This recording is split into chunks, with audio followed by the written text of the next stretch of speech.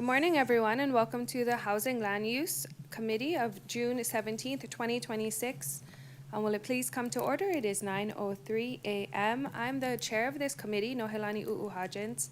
Members, in accordance with the Sunshine Law, please identify by name who, if anyone, is in the room, vehicle, workspace with you today. Minors do not need to be identified. Let's begin with Committee Vice Chair Kaunoi Watangan. Aloha Kakahiaka Chair. Councilmember Tom Cook, good morning. Aloha, good morning. Councilmember Gabe Johnson, good morning. Good morning, Chair, council members, committee members. There's no testifiers here at the Lenape District Office. I was alone on my side of the office, and Roxanne Marita has been coming in and out of my office. So Hi, Roxanne. we're here and ready to work. Thank you. Thank you. Council Chair Alice Lee, good morning. Aloha and bonjour. Aloha and bonjour. Councilmember Paulton, Tamara Paulton, aloha, bonjour, and good morning. Bonjour, Yorana, and aloha kakayaka kako. Good morning. Councilmember Keani Rollins Fernandez, aloha, bonjour, good morning. Aloha kakahiaka chair, aloha kakahiaka kako. My molokai nui ahina. I'm at my private residence. Currently alone in this space, but my minor daughter is walking around, and my husband, McKenna Fernandez, is also at home with me. There are no testifiers at the Molokai District Office. Mahalo, Chair. Thank you. Councilmember Shane Sinensi, aloha, bonjour, good morning. Aloha kakayaka chair and good morning. Bonjour. No testifiers in Hana. Thank you. Member Sugimura is excused today from administration. We have with us Planning Director Jackie Takakura, Planning Program Manager Scott Forsythe, Aliki Benares, she's a planner as well, and Deputy Corporation Counsel Nahulu Nunakawa. Also with us is our HLU committee staff. Good morning, everyone. Please see the last page of the agenda for information on meeting connectivity. Members, the only item on our agenda today is the Maui County Code Title 19 Rewrite Project. The Planning Department has been charged with updating and modernizing the Title 19 of Maui County Code. Today, the department will be presenting on the status of that project. Afterwards, we will have the opportunity to discuss. We will take public testimony after planning's presentation. Director Takakura and Mr. Forsythe, thank you so much for being with us today. And you are welcome to please proceed with your presentation. Good morning, HLU Chair and committee members. I just want to thank you for your time. And speaking of time, I know that we have been talking about updating Title 19 for a long, long time.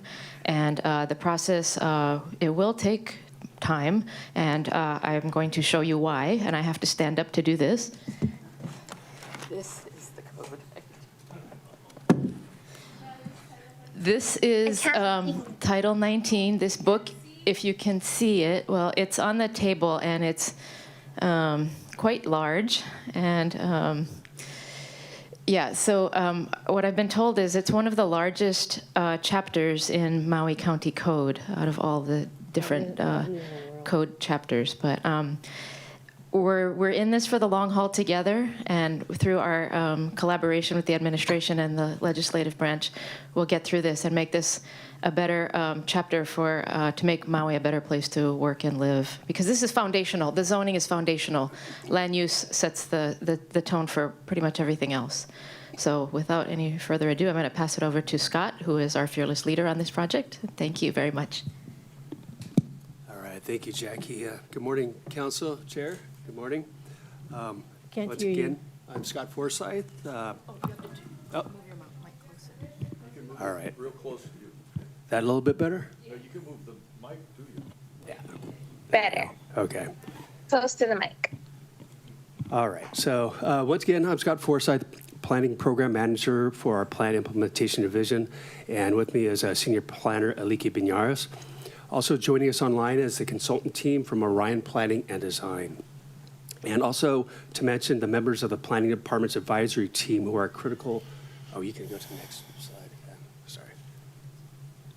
Excuse me, we're going to transition to the next slide here. Yeah. And also to mention the members of the Planning Department's advisory team who are critical importance to this project. Yeah, thanks for giving us time this morning to start a conversation on the rewrite of the Title 19 zoning code. Next slide. So the burning question, what's going on with the Title 19 rewrite? It's no secret that it's been several years since this effort launched in 2019 and is yet to be complete. And there's some valid reasons for that. A significant amount of work was done when the project first began. However, COVID soon hit, things went into lockdown, and coordination became difficult. Staff time was also diverted to other priorities requiring a department-wide effort, including getting the MAPS permitting system online, and then attention shifted to wildfire recoveries. And through all of this, we've dealt with staffing shortages, including retirement of long-term staff and their wealth of institutional knowledge.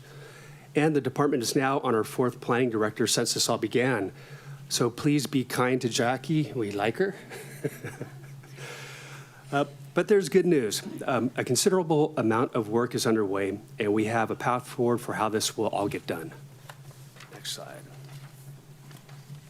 So in today's presentation, we'll cover some background information to put this effort into context, go over some basic zoning fundamentals, then go over the review and adoption process for how all this will get done. And lastly, for anyone listening in, no action is being taken on this item today, and no new code content will be presented. Next slide. The county's first zoning ordinance was adopted in 1960, 65 years ago. The world was a much different place, and the county's population was much smaller at around 43,000. On a national level, suburbanization was rapidly expanding. The GI Bill made mortgages and home ownership more attainable, and federal funding for roads led to the rapid expansion of highways, enabling people to commute farther distances.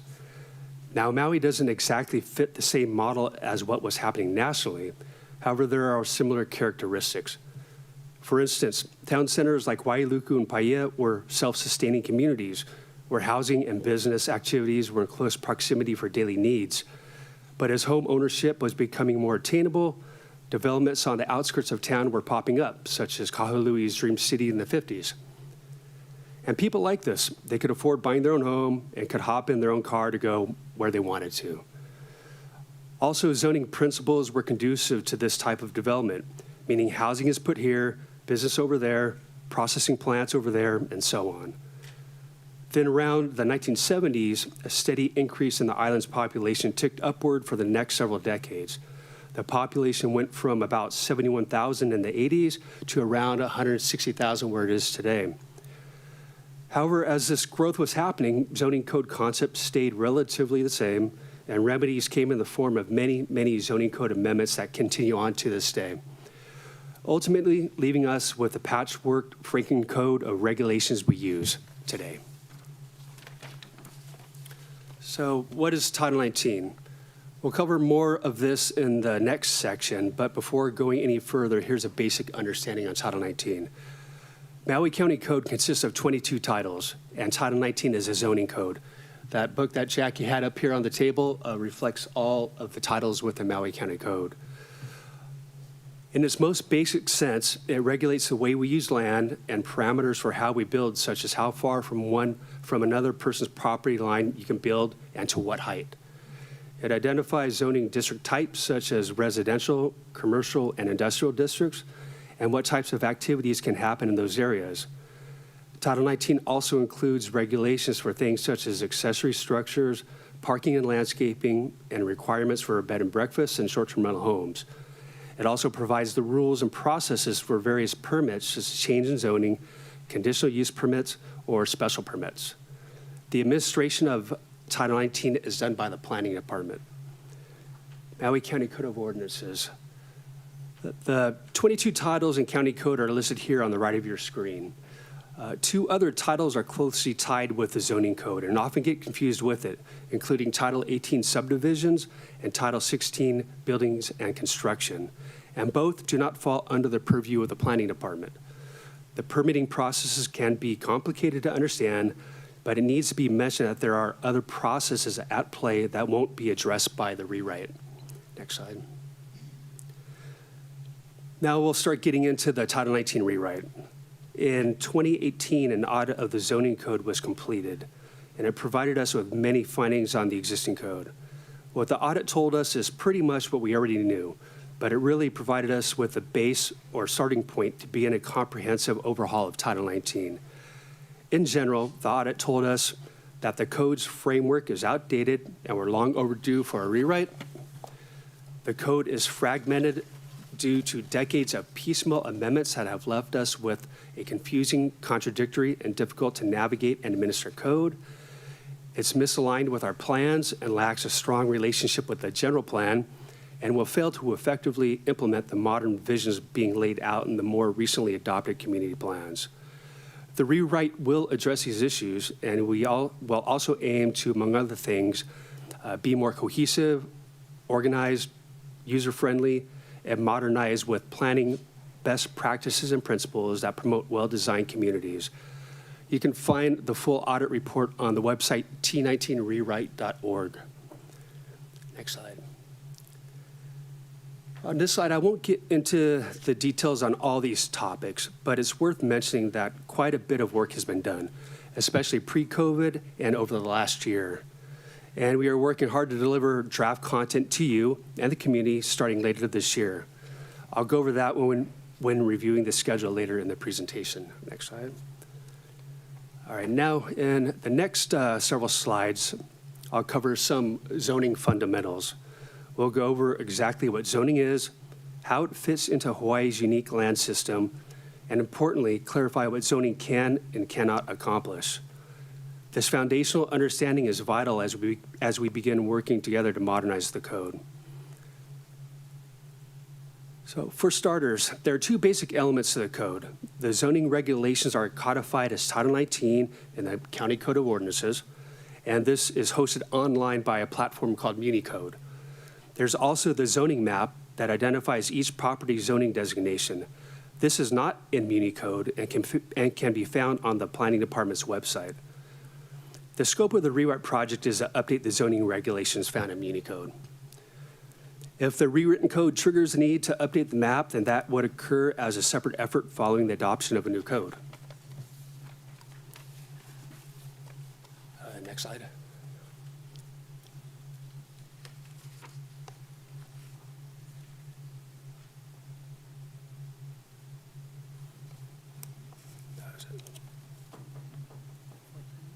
Slide 13. Sorry, excuse me, okay. A common point of confusion is the difference between our community plans and our zoning code. Think of the general plan and our 9 community plans as the strategic vision. They establish policies and designate future land uses based on a 20-year planning horizon. They represent what the community wants to be and are developed by the community. Zoning, on the other hand, is the legal mechanism that implements that vision. It regulates what can be built on a property today. State law mandates that our zoning put the general plan into effect.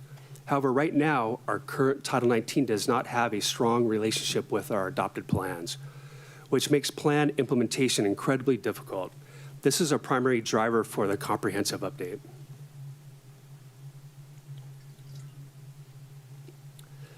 When used effectively, zoning is an incredibly powerful tool for shaping our communities. It allows us to control the physical form of development, ensuring that new buildings fit the scale and character of their surroundings. It establishes the objective standards that developers must meet, such as providing adequate parking or maintaining appropriate setbacks from property lines. Most importantly, it creates predictability. A clear, modernized zoning code ensures that property owners know exactly what they can do with their land and neighbors know what to expect next door. Here's an example to illustrate. The geographic area where each zoning district applies is identified on the county's official zoning map. For each zoning district, the zone regulations allow specific types of uses, for example, single-family homes, and regulate the location and size of development. They include standards such as maximum height, the minimum distance a building must be set back from the front of the lot, and maximum size of secondary buildings. The code also includes general development standards that apply to most or all development in the county, such as the amount of required parking and requirements for landscaping. Next slide. It's equally important to understand the limitations of zoning. It is a land use tool, not a magic wand. Zoning cannot control the real estate market. We can zone land for housing, but we cannot force a private landowner to build that housing, nor can we dictate the final market price or guarantee property values. Zoning regulates the use of land and structures, not the people who occupy them. We cannot use zoning to restrict who moves into a neighborhood or to control human behavior. We also cannot override higher jurisdictional authority. The Title 19 update will not change state land use districts, the special management area requirements, or FEMA flood maps. Finally, zoning cannot retroactively erase history. Properties that were legally developed under past rules generally have the right to remain as non-conforming uses, even if the rules change around them.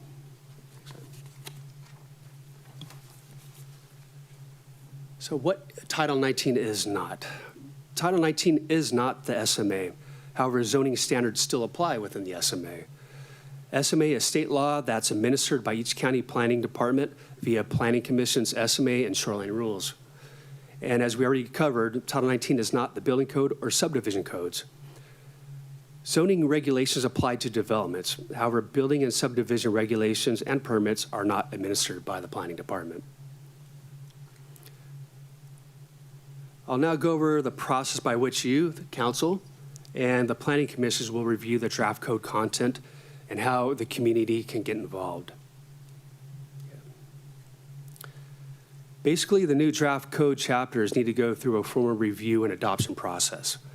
What this slide illustrates is that we will first bring draft chapters through council and the 3 planning commissions in several individual groupings referred to as modules, which I'll cover in the next slide.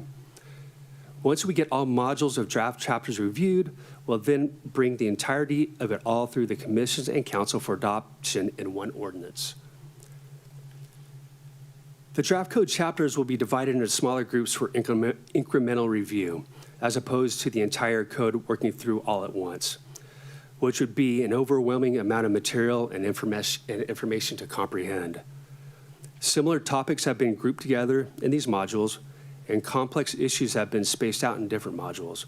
For example, off-street parking and loading, agriculture, and housing are each in different modules. Here's another diagram to help clarify the process using Module 1 chapters as an example. The modules chapters go through an exhaustive review process by the department's advisory team. And to mention, last February, the department spent 2 days workshopping the content in Module 2 along with the consultant team. Orion uses this feedback to help draft the new code content. Then at various times throughout the process, we'll look to the community for feedback and also begin working the draft reviews through the formal planning commission and council process. And then we repeat this over and over until the modules are all gone through the review process. As we move forward, we'll need to learn from the process, and if adjustments are needed, then we'll adapt to it. So now we're still refining the engagement process. However, throughout the code development process, there will be opportunities for the public to get involved. The project's website, t19rewrite.org, will be the place to go for the latest information, and it will be updated as we get the specifics refined. More details come later this year on the public engagement process. So we're setting a goal to have this completed as quickly as possible. However, we also want to get it done right. And Maui County has a very complex process in that 3 planning commissions are involved in addition to council. And any bottleneck of other items on commission and council meeting agendas have potential to unfortunately push the schedule. We're hoping for the best and we'll do our part to keep this moving forward.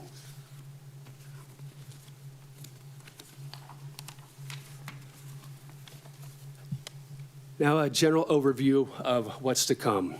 In July, we'll provide this overview for each planning commission. Then later this summer or fall, we will introduce the Module 1 draft code chapters, with Module 2 chapters closely behind. And moving into 2027, you can expect more chapters to work its way through the review process. And last but not least is the project website, which will be a central tool for organizing material and getting information out.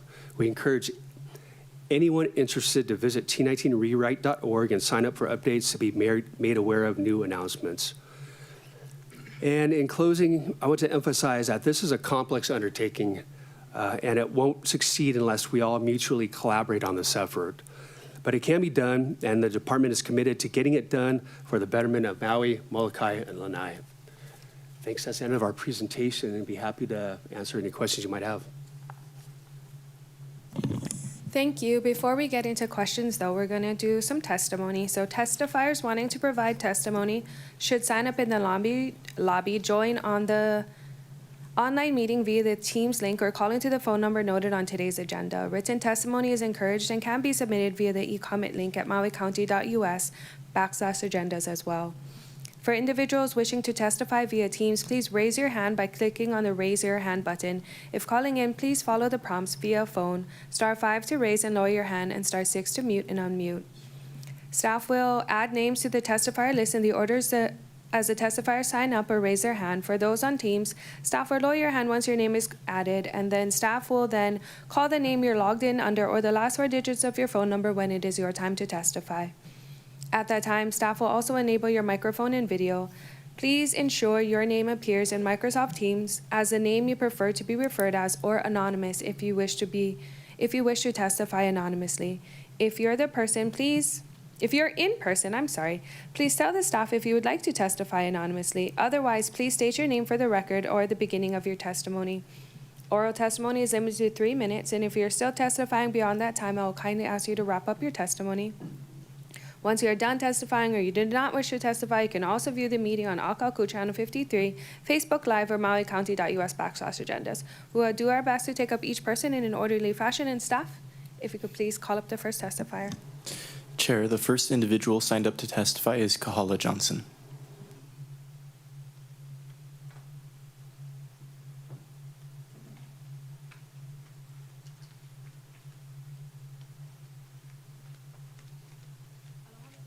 Good morning, Chair. Good morning, Chair and members. My name is Kahala Johnson, and I support the comprehensive rewrite of Title 19, although I do urge the county to incorporate a Kuleana overlay district, similar to the cultural district that was tried last time, into the zoning code, which would require the identification, mapping, and reporting of reserved native tenant property rights during permitting, rezoning, subdivision, and other land use approvals. The phrase "koina eke kuleana o ke kanaka," reserving the rights of native tenants, is found throughout land commission awards and royal patents issued during the Mahele in 1800s, which is the basis of all land title in Hawaii, and therefore the foundation of the zoning code.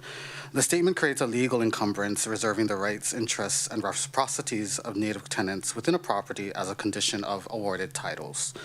Importantly, these reservations aren't merely rights to culture or gathering practices. It is inclusive of that, but it is actually explicitly reserves native tenant property rights and interests in land titles awarded during the Mahele, which again are the foundation upon which the zoning code is imposed.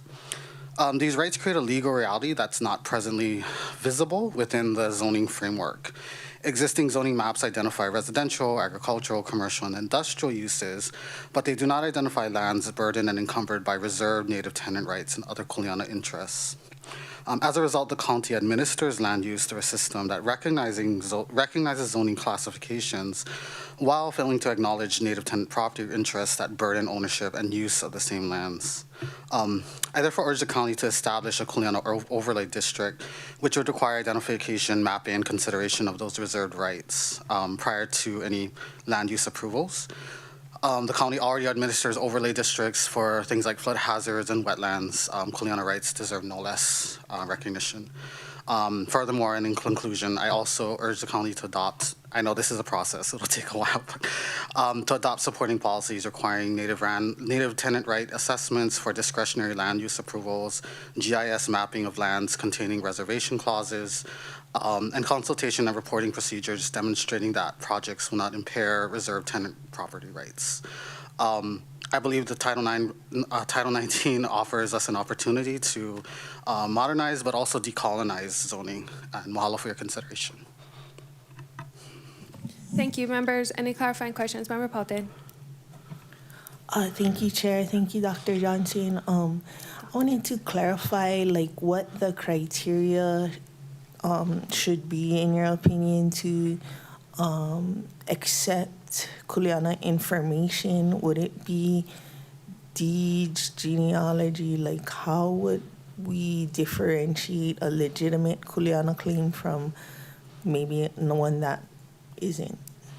Yeah, I was thinking about that question, and it is a process similar to the cultural use district. We had similar situations come up, so it is something that's within the purview, right? It was a policy that was put forward. I think a good example of this would be like Kipuka database. So it does document things. It has information.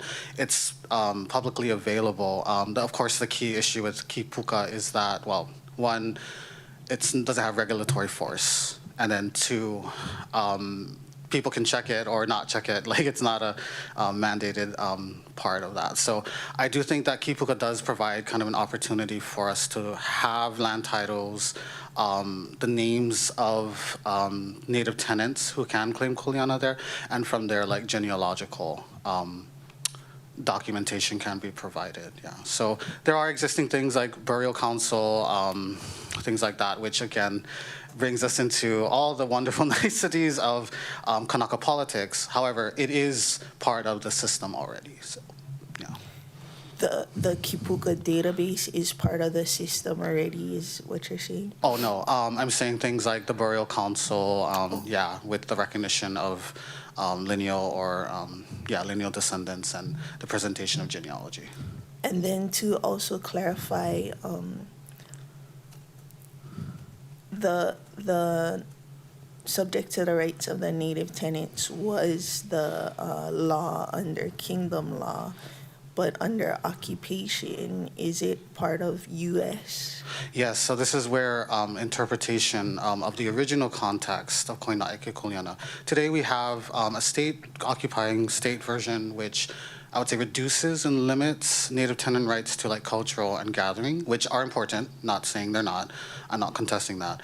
But the original version of Koina Eke Kuleana is actually needs to be interpreted within its 1800s kingdom context, which is explicitly about the interests of the king, or excuse me, the crown, government, Konahiki, Ali'i, and Maka'ainana, which are all property interests, which raises it to a different level than just cultural or gathering rights, which again are very important. Thank you for the clarifications. Thank you, Chair. Member Senensi, go ahead. Mahalo, Chair. Mahalo, Dr. Johnson, for your testimony this morning.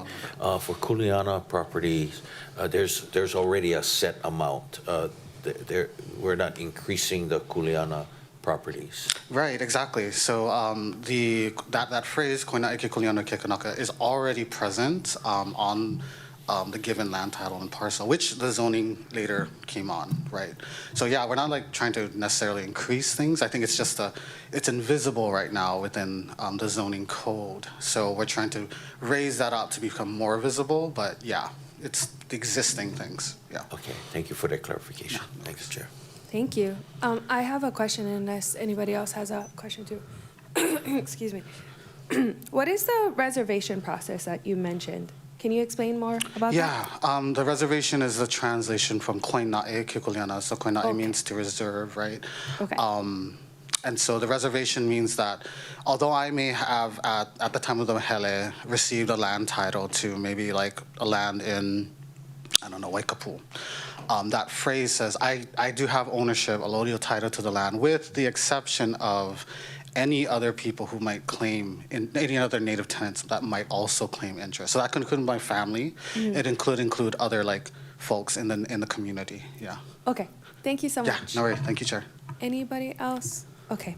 Thank you, Dr. Mahalo. Johnson. Sorry, I called you Mr. Oh, I'm sorry. Chairley has a question for you. I'm as well. sorry, I just thought of something. Yeah, no worries. So, if there's a conflict on title, how do you resolve that amongst in the Hawaiian culture? That's a good question. I'm not sure if I can. I think Ho'oponopono is a cultural way to do that, but I think in terms of the code, conflicts may occur, but I think what we're looking at is more like the code's not there to like do the conflict, right? It's there to create a visibility of existing kuleana. Well, what I'm trying to put forward is existing kuleana. Conflicts might occur. That happens with regular title as well. But yeah, for your question, Chair, Council Member, Ho'oponopono, talking it out, talk story with food. Those are all traditional ways of doing things. Yeah, no worries. It helps a lot. Thank you. Thank you very much. Next testifier, please. Chair, the next individual to testify is Kane'ali'i Williams.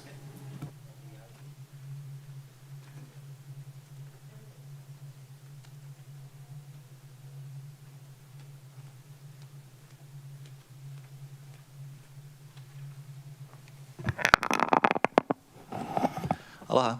My name is Kane'ali'i Williams. I'd like to begin with a more detailed description of the Kuleana Act of 1850, quote, an act granting to the common people allodial titles for their own lands and house lots and certain other privileges, end quote. The key phrase with regards to title is allodial, a definition of which is, quote, free, not holden of any lord or superior, owned without obligation of vassalage or fealty, the opposite of feudal. The Department of Planning's Title 19 zoning rewrite informational update presentation identifies what zoning cannot do, which includes being unable to regulate people, override higher authority, or erase existing uses. Therefore, without the County of Maui having a clear chain of title to properties that are held under allodial titles, and without the consent from parties who do have a clear chain of title to said allodial titles, the county cannot rezone those properties. In the May 29, 2026 response to an Office of Information Practices appeal, URFA-P 26-165, the Department of Corporation Counsel wrote, quote, Plan M does not require showing of the chain of title. Title is shown through a real property tax assessment printout, which is available online or by a title transfer document from seller to buyer. Plan M does not keep chain of title documents for applications filed with them, nor are they a repository for historical land documents, end quote. This questionable legal services commentary by the Department of Corporation Counsel exposes what is an incredibly poor policy and practice by the Department of Planning, which creates major liability risk for the county. Neither a real property tax assessment printout or a title transfer document from a seller to buyer represent a clear chain of title to an allodial title, nor are an allodial title themselves.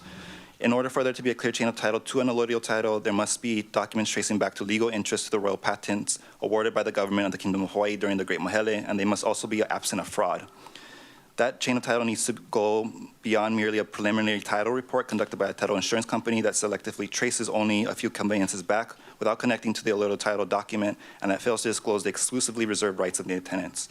Maui County Code Title 19 needs to properly incorporate policy language that requires any person or entity that submits an application materials for a project to also provide proof of a clear chain of title linking back to the allodial title or a court ruling that indicates such. It makes absolutely no sense for an entity to be able to develop a project on a property if they do not have a legal interest in the allodial title, nor consent from the party that does have legal interest to the allodial title. Without explicit language in the Maui County Code Title 19 requiring applicants to show proof of a clear chain of title, the county risks wasting immense amounts of time and funding investing into projects that will not come to fruition as planned. Due to the applicant not having a clear chain of title, title insurance companies' lack of competence in the Great Mahele and failure to conduct adequate searches and examinations of title, the Department of Planning's failure to fulfill due diligence, and heirs asserting valid claims of legal interests and rights to the allodial title.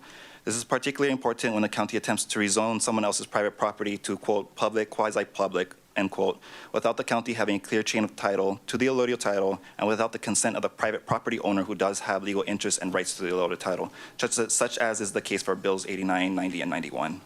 That's the end of my testimony. I also have some documents. Here's the actual act you folks can read, where the phrase allodial is used and some other information for you. Okay, if you want to give that to them, then they can give that to us. Thank you. But before you do leave, does anybody have any clarifying questions? Seeing none, but are you going to be around for a bit? Yes. Okay, I'll come find you during our recess. Okay, mahalo. Thank you. Next testifier, please. Chair, there's currently no one else who signed up left to testify. Oh, Chair, seeing someone in the chamber, may they please approach to testify? Okay. Aloha, Auntie.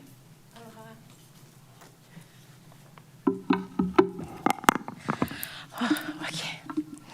Good morning. Good morning. Aloha kako, Chair and the council members. Olala Johnson ko inoa of Wai'ehu. I am here in support of concerns being raised regarding the Title 19 rewrite project and the need for greater attention to historical land titles, Native Hawaiian rights, and the legal foundations of land ownership in Maui County. My testimony is based on my own experience reviewing county records and documents related to the Wai'ehu Beach Road in Wailuku. During that process, I learned that significant county actions, including proposed expenditures of public funds and land use decisions, can move forward based largely upon preliminary title reports, rather than a complete chain of title analysis tracing ownership back to the original land commission awards and royal patents issued to the Hawaiian Kingdom.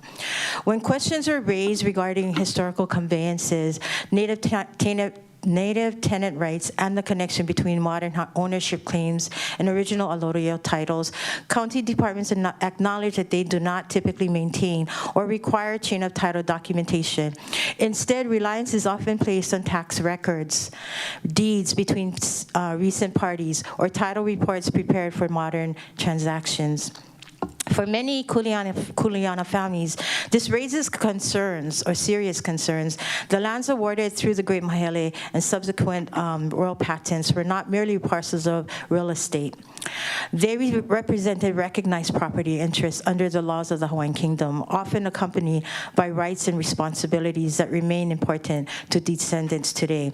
If Maui County is rewriting Title 19 for future generations, it should not ignore the historical foundations of land tenure in Hawaii. Land use decisions and rezoning actions can have lasting impacts on cultural practices, access rights, gathering rights, burial protections, and the ability of families to understand and protect their ancestral interests. I respectfully urge the county to consider policies that encourage a more thorough review of historical title records when land use applications involve lands with known Hawaiian history or potential unresolved title questions. At a minimum, the county should recognize that tax records and modern conveyances alone do not tell the complete story of the property's history. My experience with Wai'ehu Beach Road, Lower Wai'ehu Beach Road, has demonstrated the importance of transparency, due diligence, and meaningful consideration of historical land records. The Title 19 rewrite represents an opportunity to strengthen public trust and ensure that Maui County's land use framework respects both the past and the future of these lands. As someone who has spent countless hours reviewing records related to the Wai'ehu Beach Road, I am not asking the county to resolve every historical title issues today. I am asking the county to acknowledge that these issues exist and ensure that the rewrite of Title 19 does not overlook the historical and cultural foundations of land ownership in Hawaii. Mahalo for the opportunity to testify. Thank you. Chair Lee, clarifying question. Good morning. Hi, good morning. I was just wondering, when you talked about the Great Mahele and when lands were divided, you talked about ownership and responsibilities. What responsibilities? For the county, is that correct? The No, you know, when the lands were divided and given out to the people, they took on a responsibility. Like for us, like today, we have to pay taxes. Okay, that's a responsibility, as an example. So what kind of responsibility did those people have at that time? Right. They had. That's called the kuleana. They all had the kuleana to take care of their responsibilities on the land, which was specific. There's specific things that was given to the kuleana families. If they died, then what happened to the land? So even though they died, it's still they're still interest holders. So that's the reason why the way that our ali'is did it, it was because to preserve the land for the next generations to come. So even if he passed, so like my tutu man, which is Pehu'ino, y'all know. So he passed, but we still live, and so we still have that kuleana to that kuleana land. Yes, you're very welcome. Mahalo. Member Paulton. Thank you, Chair. Thank you, Ms. Johnson. I just wanted to clarify that what you're asking us to try and do as a policy as part of the Title 19 rewrite is acknowledge the kuleana existence, but is it enough? Like, I mean, I don't know that just the acknowledgement of it is going to, have the same rights for kingdom citizens as deoccupation. Right. And so is this just a stopgap measure for the time being, or is this your end? So ask. It's to acknowledge that not to extinguish our rights, and that we still exist. And so in this rewrite, that you include and be inclusive and be transparent in the rewriting of this T19. So there is that kuleana on their part, as well as the kuleana on our part, to make sure then to acknowledge everyone that we are not extinguished and that we still exist as a kuleana family, as we have kuleana rights. But it's not as comprehensive as if the occupation were to end the rights. Right. So I'm here to push more towards looking at making sure that you're looking at the kuleana families and the rights, because there are parcels out there, definitely. And so how you handle or how you navigate that in the rewriting, that it be considered, because in your presentation, I didn't see anything with that. And so to bring that to light and to make sure that it's being acknowledged. Thank you. Mahalo. Member Senency? Mahalo, Ms. Johnson, for your testimony this morning. You mentioned the kuleana. I understand that the kuleana framework wasn't, there were parcels for the entire community, and I don't know if it was a pana or something called that. So it didn't belong to any certain families, but it was set aside for the entire community. Do you know, is that also, I was wondering if the pana was also part of the overall kuleana land management. So you're talking about when you do, so when you're given the land title or you're given the road patent. They didn't necessarily have a title, but there were lands set aside for the community at large. Oh, okay, right. I'm not an expert. I'm gonna be very forward with that. But what you're talking about is a polima, so that was set aside for of course, like taxes, as you call it now, right? To give to the ali'i or the konihiki. So is that what you're talking about for the polima? Yeah. Yeah. I think that's what it is. Yes, the polima, there was polima within the lands, and that was like the land that they used to pay taxes, so to speak, right? And then to give to the ali'i. Okay, thank you for that. Thank you, Chair. Thank you. Any other questions? Seeing none, thank you very much for your testimony. Next testifier, please. Chair, the next individual up to testify is an individual calling in from the phone number with the last four digits of 4945. Okay.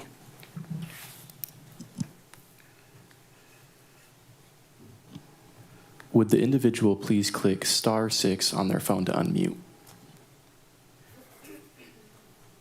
Hello, aloha. Hello? We can hear you. Oh, wow. Mahalo kia kua. This is Jesse Law coming to you live and direct from the fire department, your favorite people, Luna Ho'omolu Uhuhajans, on Dairy Road. I'm over here on the side in the shade. The fire departments look like they're doing a lot of busy stuff today, so they can't talk. I hope somebody's monitoring this. I was listening. I want to thank the council member Rollins Fernandez Limahana, the helper in the Wailuku office there, is probably the only person that's going to answer the phone today when I called and got all the numbers. So I just want you guys to know that this is part of the process. So people out there that don't have internet technology, they can, if they just have an old type phone with a landline. I'm calling from a cell phone. I only got 10%, but I think it'll last for my 3 minutes. I probably can't join you all for the rest of the meeting. So it does work. So thank you, Mr. Rotz, for at least doing your job. And I don't know what the agenda is about. I'd have yet to find out where there's an agenda posted in Kahului or Kula, which is my two main areas.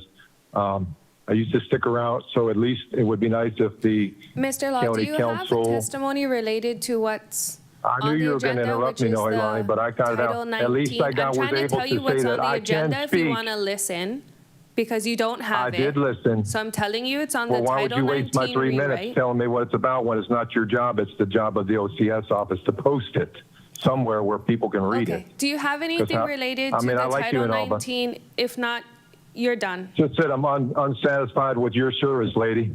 Great. Ditto. Next.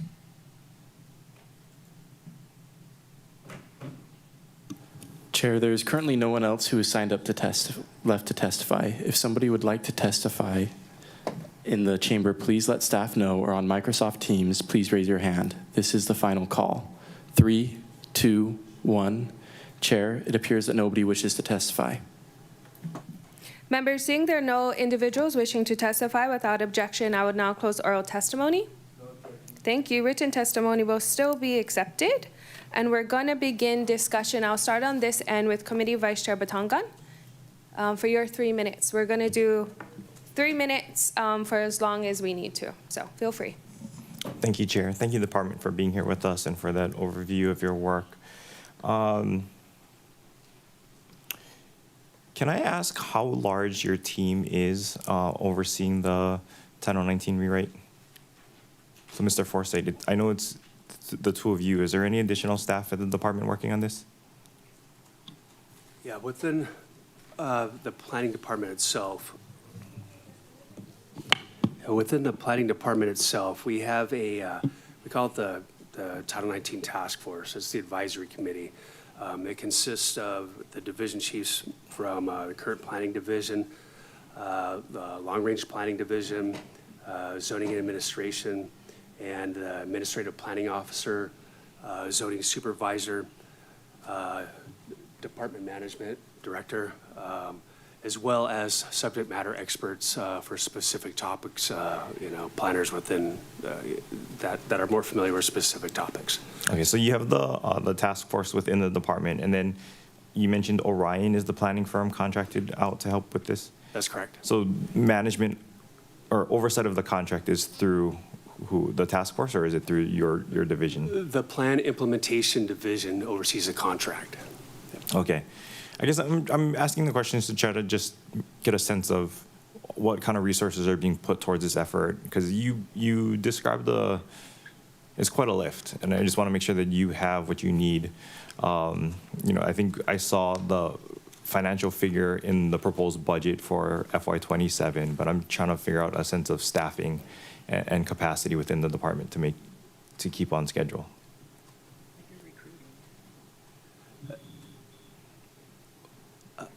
So I guess to answer that, the first thing, under the existing contract, as far as resources go, we're about halfway through the allocated funds for the project. However, as we've been moving through the rewrite process itself and learning from other jurisdictions as to more successful ways to actually get these types of endeavors accomplished, approved, we've had to make some revisions to the way we're going about developing the code content itself. And so this is kind of a fairly new, within the last year that we kind of pivoted to a different mechanism for how we're going to get it through the process. So right now we are working with Orion to refine the scope to see if there are additional needs in that area. For staff, we currently have 3 folks in the Plan Implementation Division. However, beginning in July, we'll be down to 2. And so, that once again kind of complicates our efforts as far as staff goes. But we are still committed to it, and we can provide you with any information that is necessary to help us advance this and keep it moving forward.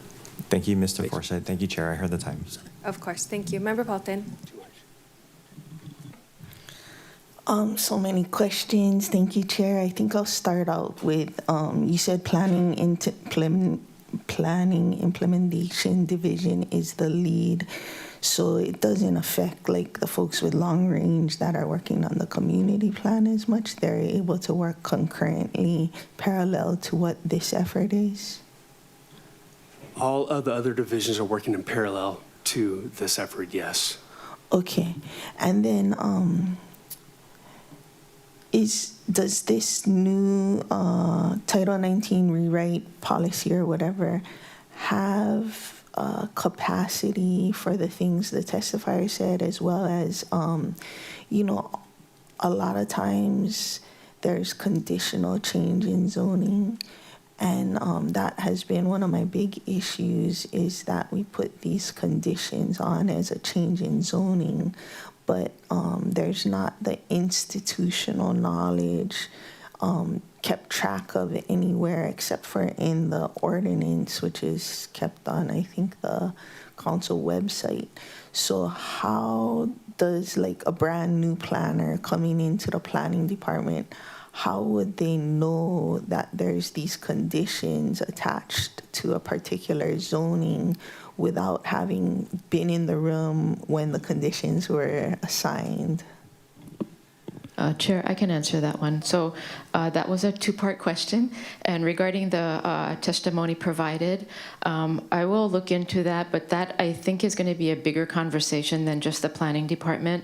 I want to include Corporation Council, of course, and real property tax and OEV resources. And I'm not sure about SHPD, but that would be something that we'll look into. I'll certainly talk, as soon as we're done, I'm going to grab Nahulu and give him even more work than we already give him. But and that is something that if it, what you'll see as we go through this process, if we can't come to a consensus on something, the default will be to go with the status quo and keep moving and then get back to it later.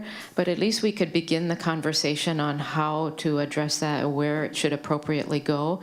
And it might be something that we have to finish up after this is done, or maybe during. We'll see how long it takes, but we can certainly talk about it. Or we might have to deoccupy the kingdom. Or perhaps, yeah.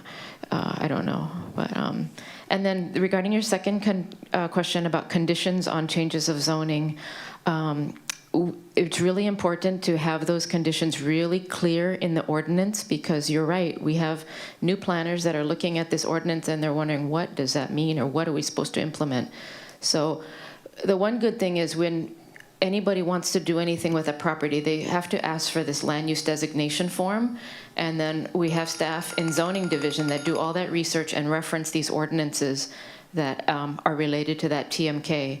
And then we can tell the property owner, this is where you need to look for your conditions and make sure you meet them. But sometimes you're right, we are coming up with things like, oh, I'll submit landscaping, but it's just general words about landscaping, but it's not specific. So if the county council wants something specific in an ordinance, that's the place to put it, so that when new planners come on board, they can just look at the ordinance and know what it means. Or if it's something general, have it in the zoning code for that chapter. So I did have a follow-up clarification, but I'll write it down so I don't forget, because the bell rang. Thank you. My plan is to do one round of questions, take a quick recess, and then come back and have more opportunity for questions, Member Paulton. So we'll have more time. Member Johnson, for your opportunity. Thank you, Chair. And good morning, Department. Thank you for all the hard work you guys have been doing on this. I have Title 19 out. I have my community plan on my desk. My desk is just a mountain of books right now. So I feel your pain. So just jumping right into it, your one slide mentioned something really fascinating about like what zoning cannot do. and it says you can't tell who lives in these zones, right, for residential. So, in our creative juices were flowing just the other day, and Councilmember Paul mentioned something really fascinating to me. It was like making a zone for affordable housing or zone for residential workforce housing. Is that doable? Because according to the one slide, it said you can't tell people who can or cannot, or can't put restrictions on that. Can you clarify, is that a path that we could look into? So moving forward, there's going to be, I imagine, a lot of conversations about the zoning districts, new additional zoning districts and whatnot. One thing that we're definitely going to need to look at are with, the existing zoning districts. Is there room to incorporate these types of uses into those zoning districts? That's one way to possibly go about it. But as far as creating new zoning districts, that's something that, yes, we'll be exploring throughout the process, especially when we get into the module that has all of the zoning district chapters identified within it. And we have Orion Planning and Design. I don't want to take all your time, but we also have the consultant online that might be able to jump in and provide additional detail on that. Sure, that'd be great. I'd love to hear from Orion. Did other municipalities do something like this? Allison, are you online? If not, I have other questions. Oh, she's raising her hand. If we could unmute her, team. Reclaiming my time. They're doing it. Hi. Yes, good morning. Good to see you all. So yes, to answer your question and just to build on what Scott was saying, I believe it's modules 4, 5, 6, and a portion of 7. Without having the slide up, I'm going off of memory. But that is when we really begin to look at the district composition, which is something we actually worked on quite a bit in the early days of this process under previous departmental leadership. And so it's definitely thinking about how to configure districts to address certain uses, activities, certainly considering some of like the legal connotation and things that we need to be aware of as far as separation of uses and regulating uses in a manner that follows legal precedent is going to be part of that conversation and a very robust conversation during those modules. But it is definitely something that we see in similar processes in our work on with other counties, including Hawaii County and counties and cities on the mainland as well. Okay, I'll wait for my second round. I heard Bill, Chair. Thank you so much. Thank you. Real quick, members, if you don't mind, let's designate Allison and any other people from the Orion group as resource peoples under Rule 18. No objections. Thank you very much. Member Rollins-Fernandez, for your opportunity. Mahalo, Chair, and mahalo to the Planning Department for meeting with me to go over this presentation last week, 2 weeks ago, I don't know, time. And I appreciate the process that they've mapped out. This has been something that's been talked about since the first year I got on the council. So I, commend you folks for sticking with it and for finding a pathway forward that would allow for entry points throughout the process and as much involvement, I think, as possible in education, because that's going to be like super key. I already have seen some misinformation and disinformation go on social media, and that's going to be a really big battle throughout this process, because I understand that, and I agree that this process should be done within a term as much as possible. Otherwise, it may never be done. I don't have any questions on the process, which is what I understand that we're discussing today. I think the hybrid approach is a good approach. And as they stated in their presentation, that they'll be taken up in modules. And if this process can only get through certain modules, then at least the amendments that are contained within the modules will allow for other zonings to continue, even if those zones are not rewritten in accordance with the audit. There was something else I was going to say, but Mokulele struck again. So I'm going to have to leave a little early, Chair. I know. Shoot, there was something else I wanted to say with my 3 minutes. I should have written it down. Sorry. Okay. Oh, that was it. I found it. go I ahead. remembered. Okay. Mahalo to all the testifiers for getting in early the discussion about overlays, about a Kuleana land overlay. And all of your questions reminded me that not everyone had the benefit of receiving the education from Professor Melody McKenzie and Dr. Naudine Kamana-Beamer. And so because of all the interest, and I understand that OHA continues to provide the Native Hawaiian law training to the Planning Commission. Oh, I guess that could be a question. But I have already reached out to both of them to see if they would be available to present in my committee on July 2nd, or at least in July. So I'll figure out a time, since there's such interest in learning about Kuleana land and land tenure under the kingdom. Mahalo, Chair. Oh, yeah, I guess that was a question for the planning department. Are the planning commissioners and others still receiving the Native Hawaiian law training as is required by law? Go ahead. Council. And then I think Mr. Forsyth wanted to answer your earlier question as well. Or your And earlier I statement. did hear the timer, Chair. I know, I heard it too, but I'm going to give you some time since you need to leave. Mahalo, Chair. Okay, thank you. Go ahead. Thank you, Chair. Planning Director. Thank you, Councilmember Kiani Rollins Fernandez. You are correct. The commissioners do attend the Native Hawaiian law training because it is required. So, yeah, it's very, very informative classes. Thank you. You're welcome to just, address her now, because she needs to leave, so we'll give her some grace and time. Mokulele is a fun company to deal with.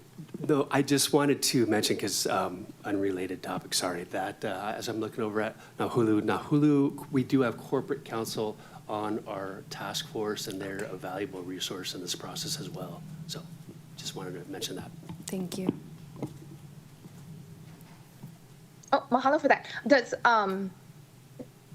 Did Mr. Nunakawa go to Richardson? Is that the only law school that provides Native Hawaiian law classes? Nahulu? Wanna tell your Yes, credentials? Councilmember, I did go to Richardson. You did, right? Okay. Did you take classes from Professor McKenzie? I took environmental law classes with her, and I took classes with Kapoa Sprout. For the Native Hawaiian law and the treatise? I can't remember exactly. I took a few classes with Professor Sprout. I think. Okay. Well, I'm planning to get them to present to my committee, and then we can brush up on all of that. Perfect. Thank you. Mahalo for the extra time, Chair. I really Of course. appreciate it. No worries. And then I'll be on phone. Okay. Listening. Sounds Okay, good. Mahalo. Member Cook. Thank you, Chair. Thank you for department for all of this work, and the Title 19 volume. My first question is, will that be smaller or will it continue to grow? And what I mean by that, I'm not trying to be funny, but I know it sounds stupid. Are we going to be identifying aspects of our current zoning code and consolidating and aligning things, or is it going to be another chapter, another chapter, another chapter? Not necessarily chapters, but expanding that. And I have 3 other questions, so quick. Thank you, Chair. So, Councilmember Cook, I need to correct. this whole book is the entire code. The zoning chapter is this section. It is the thickest part of the code. Thank you for the clarification. That scared me. I usually go online, so I don't really look at this book, but I'll let Scott follow through. Okay. My next question is, what's the projected cost for the Title 19 update overall? And I know that there's, and it's just a guesstimate because it's growing. We have the components is basically the consultant cost, and then there's the operating cost for the staff that's going to be designated to it. There's going to be meetings and whatnot. So I'm just wondering how much is being budgeted and forecasted for this. So the current budget for the contract is about $690,000. For staff costs, it just comes as part of the job. So if we can bring on more staff to help, then great, you know, but that would be within the annual budget. Yeah. And I'm not nitpicking on it. I'm just saying that for a project, even though it's part of the staff time, it's like to be able to identify and quantify it ultimately. And it's really just to show the weight and the extent of the work going into it. So how much, my third question, last one for now, how much of the first contract suggestions have been implemented or deemed to be inappropriate for Hawaii? Like just sort of percentages. Because it was pretty the first contract for Title 19 review. This is the second one, right? For the consultant. Are you referring to the audit, the Title 19 audit? I didn't think it was an audit. I thought, well, was the first one the audit when the... So yeah, the first step was the audit under a different contract. Okay. And the rewrite is now a new contract. So the audit, how much of that is being internalized and how much of it, because some of it was not necessarily applicable to Hawaii, is that correct? So some of us weren't involved with the project at that time, but possibly Jackie has some. Thank you, Chair. So the main thing I can think of, Councilmember Cook, is the updated community plans. Those are huge, as you've seen how different the West Maui one and the South Maui one is going to be, and that is to kind of be more consistent with matching up the zoning and the community plan designations and more of a mixed-use kind of a framework for the different areas. That's the one that comes to mind right off the bat, but you know, when we've been making changes to the zoning code through and through, and we are kind of looking at things, you know, in the lens of how this all fits together and making it better. So I think little by little, the updates that we have been making to Title 19 are trying to incorporate the things that we've been learning as we go on this big project. Well, good. I look forward to being of assistance. Thank you for your time. Thank you, Member Cook. Chair Lee. Thank you. Good morning, Planning. And thank you for the conversation we had, Jackie, the other day. As you know, I'm kind of disappointed, not with you, but with the whole process, because it's so clumsy. I doubt if the average person can navigate through the Title 19 by him or herself. And that's one thing I hope that you do is to try and put yourself in the place of the average person, so that you can try and simplify what we have now, as well as make it more efficient. And then the fact that I mentioned to you, Jackie, that I don't know how we can make housing cheaper if we continually add a general plan, community plans, the Maui Island plan, the this and that plan, you know, and then add conditions to all of those plans. So conditions means expense. And so the question is, who pays for that expense? So I think there needs to be some kind of explanation or description of who is responsible for the requirements of the plan.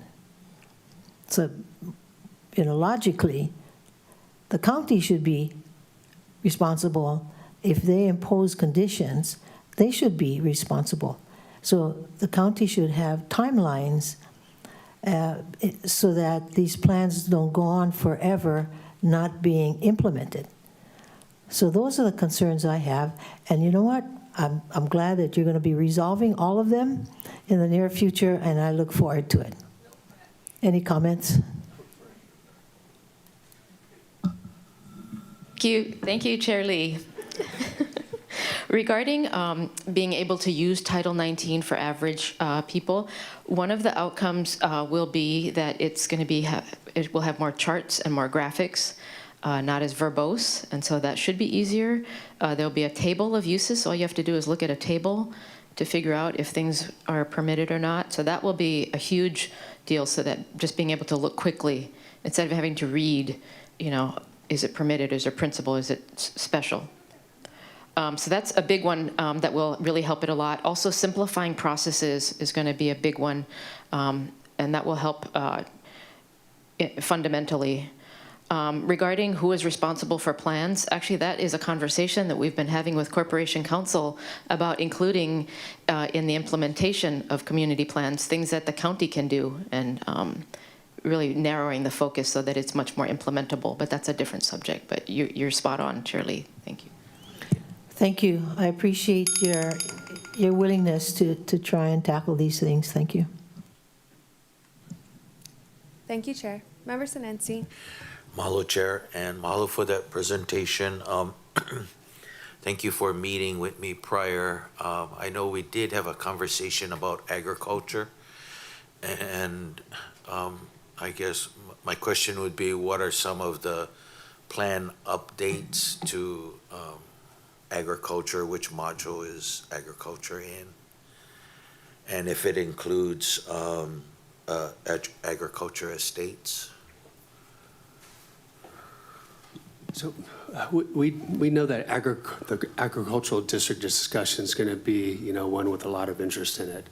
And we have not yet really opened the pages on reviewing that in depth and critiquing it, but we know that, you know, it requires work and there's going to be a lot of input required.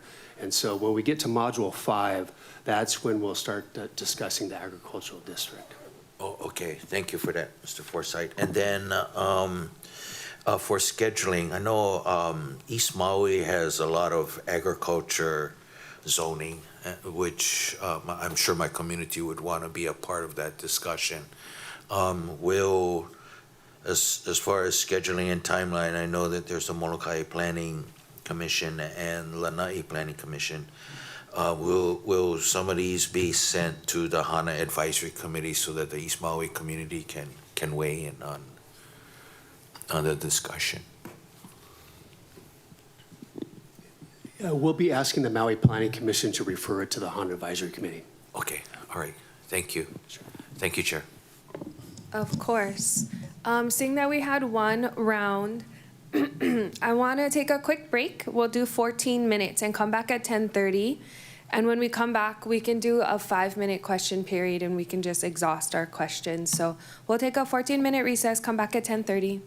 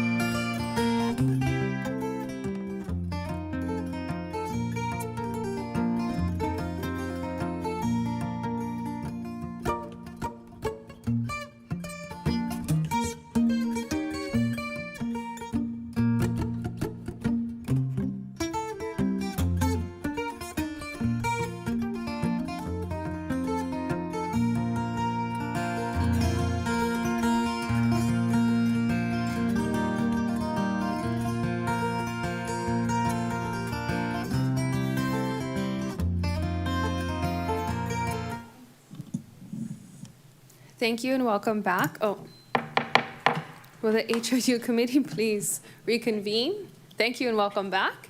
It is 10:32 and we took a recess while we were still in discussion, and we'll continue with discussion, and we'll continue with Committee Vice Chair Batongan. If you have any questions, we're going to do 5 minutes this time. Okay. Yeah, thank you, Chair. Thank you, Department. Mr. Forsyth, so you mentioned that you had discussed with other jurisdictions some of the lessons learned from their experiences doing updates. Would you mind sharing some of those? I think you also mentioned that as a result of those conversations, you did some pivoting in how you approach this rewrite. Can you touch on that as well? That's a good question. So I think most locally, we over a year ago, we had met with the Kauai Planning Department. We wanted to learn the lessons that they had, because they had gone through a rewrite process going about 6 years only to have it fail. And we don't want to get in that same position. And that's really when we started pivoting to this incremental review, comprehensive adoption process. We also started looking at other examples nationally, realizing that, these zoning code rewrites, they've been going on for a number of years, but still it's kind of fairly new for a number of jurisdictions. It's kind of a movement that's spreading across the nation. And these are multiple year efforts to go, to accomplish. And we don't want to be in the same position, especially given the uniqueness here on Maui, where we have 3 planning commissions in addition to county council. And so we were looking for ways that we had the best chance of success in getting through this. And so most locally, Kauai County, we've had conversations with Hawaii County as well. Hawaii County, they're kind of in the same situation that we are at right now. They've been revisiting their processes to get there. They started a little after we did, but they are revisiting their processes as well to get their zoning code adopted, and that's going to be a couple more years as well. There's other examples nationally. I think San Antonio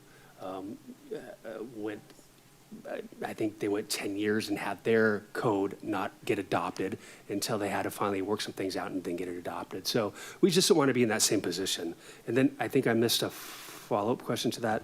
Yeah, so you mentioned that as a result, you pivoted. I think you touched on it a little bit. Is that the modular approach that you're taking, where it's not just one big rewrite that comes before the body, but it comes up in increments? That's correct, because originally this was scoped out to, we're going to just take a whole new code and bring that thing forward and adopt that whole new code. But that would have been a tremendous amount of information for anyone to comprehend, what changes were happening within it. And so that's why we pivoted to this module type of concept, where we break it down into smaller pieces where folks can understand the changes that are being made and bring them forward that way until we finally have one ordinance at the very end to adopt it. So what happens if through this modular approach we have either consensus or general agreement on certain modules, but there's contention over others? Will the rewrite still work if we're able to adopt, say, like 5 out of the 6, or like what happens if we don't fully adopt everything that you bring before the body? And that could be a problem. I mean, there might be some things where people don't agree upon, and we need to, agree upon a way how to move forward. And what we're discussing is, well, if we can't come to an agreement on a suggested change, then let's go back to the default, which is what it is now, and that way we can just at least get this code adopted, and then we'll have an order to go back and revisit following the comprehensive adoption of the code. Okay, thank you. And then going through the presentation that you had given us, there was an audit done, and then as a result of the audit, that informed your approach. Does all of the findings of the audit get addressed in the rewriting effort? Like, some of them are kind of abstract, right? Like placemaking, for example. I don't know how you do that through zoning code. And if I'm just not able to imagine it, please help me. But like, I feel like there's some of these findings that are going to be easier to address than others. And I just want to understand if there's anything from the audit that is not part of your scope. You're correct. You know, there's a number. I mean, the audit is full of recommendations. I might call upon Allison to jump in here in a second. However, you know, there's a few that stand out. One, you know, as far as doing form-based code, what we have right now is more of kind of a Euclidean code where we have standards and whatnot. There's this other way of doing codes that are form-based that are kind of more based on community character, design principles in a way.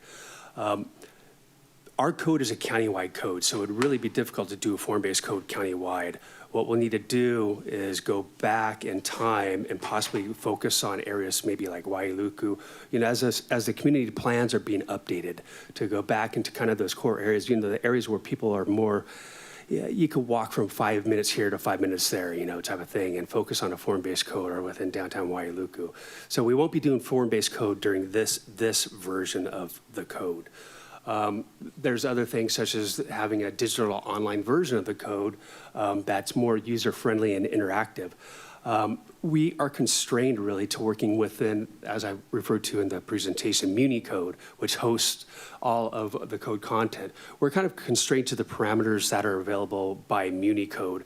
So other jurisdictions have the ability to have their own code document, and they administer it themselves, and they're able to edit it and revise it following amendments. It doesn't work that way here. You know, it goes through council, then goes to the county clerk's office, and we receive things back as a PDF. And so, you know, it makes things complicated. So the online digital version that was originally envisioned, we're not going to be able to go that far. But we're going to do what we can within Muni code to make it more definitely user-friendly, more graphically friendly, illustrations of graphics and things like that. Thank you, Among other Department. things. Thank you, Chair. I heard the buzzer. Thank you. Member Paulton, do you have any questions? Well, I know you have any questions. Would you please like to share your questions? You have 5 minutes. Thank you so much. So continuing on from my questions from last round, I heard that you said it helps that the ordinance and conditions are very clear. I wanted to clarify, you know, for new planners or new landowners, if they just look, say, on the real property tax zoning overlay, they won't automatically know if there's conditions or that they need to look in the ordinance to find the conditions. Is there a way to like asterisk or denote on the zoning overlay on the RPT site that there are conditions attached to the current zoning that is depicted there? Thank you, Chair. Thank you, Councilmember Paulton. So the main way to find out if there are ordinances attached to a parcel is by going into maps and requesting a land use designation form. And that way the zoning staff will do the research of the different entitlements for the property. And that way you have an assurance that it's been thoroughly researched by the staff.